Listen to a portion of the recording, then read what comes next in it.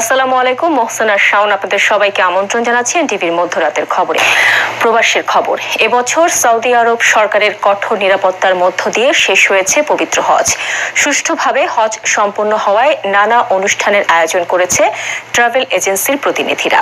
মক্কা প্রতিনিধি কামাল পারভেজ অভির পাঠানো report. 5 June আরাফাতের ময়দানে মোনাজাতের মাধ্যমে শেষ হয়েছে পবিত্র হজের মূল আনুষ্ঠানিকতা। ইতিমধ্যে সৌদি আরব থেকে ফিরতে শুরু করেছেন হাজিরা।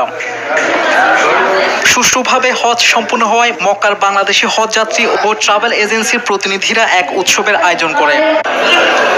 এবার হজ যাত্রীদের নিজস্ব পরিবহনের মাধ্যমে বিভিন্ন সেবা প্রদান করেন আল কুতুবি হজ গ্রুপ একরাম আল দয়ফ। সেবা পেয়ে খুশি বাংলাদেশি হাজিরা। সাথে হজ করবে।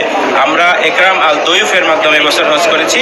মারিয়া ট্যুরস অ্যান্ড ট্রাভেলসের লিড এজেন্সির মাধ্যমে উনি আমাদের শাহিন ভাই, আমাদের মালিক, আমাদের আলিম, আমাদের একজন পার্টনার, সবাই মিলে আমি ব্যক্তিগতভাবে মনে করি এই বছর হজের কার্যক্রমে ওনারা যেভাবে স্বতঃস্ফূর্ততা দেখিয়েছেন এবং সৌদি সরকারের আন্তরিকতা খুবই ভালো ছিল। আগামী বছরও এ ধারা অব্যাহত থাকবে বলে জানান স্মার্ট ট্রাভেল অ্যান্ড ট্যুরের পরিচালক আব্দুল মান্নান।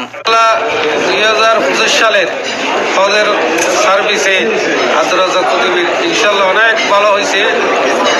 আগামী তো ইনশাল্লাহ আমাদের কাছে আমরা ওনার সাথে কাজ করব। বাংলাদেশে তো বিভিন্ন এজেন্সি কাজ করবে। হজে 11,000 হাজি আসছে। আল্লাহ রহমতে আমাদের স্মার্ট ট্রাভেল ট্যুরস, পরিহা, মজুমদার, এরকম বিভিন্ন এজেন্সি 8টা এজেন্সি আসছে আমার আন্ডারে। আরফাত মিনাই ইনশাল্লাহ অনেক সার্ভিস ভালো হয়েছে। আমাদের হাজিরা সবাই খুশি। সুষ্ঠুভাবে হজ সম্পন্ন হওয়ায় সন্তোষ প্রকাশ করেছেন সৌদি সরকারের নিয়োগকৃত মোয়াল্লেম ও ট্রাভেল এজেন্সির মালিকরা।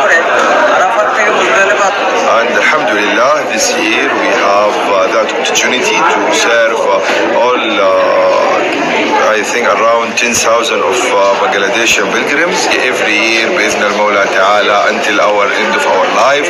Thank you and I hope to see you another Bangladesh. Shahadat Shaon, NTV international desk. Saudi আরবের জেদ্দা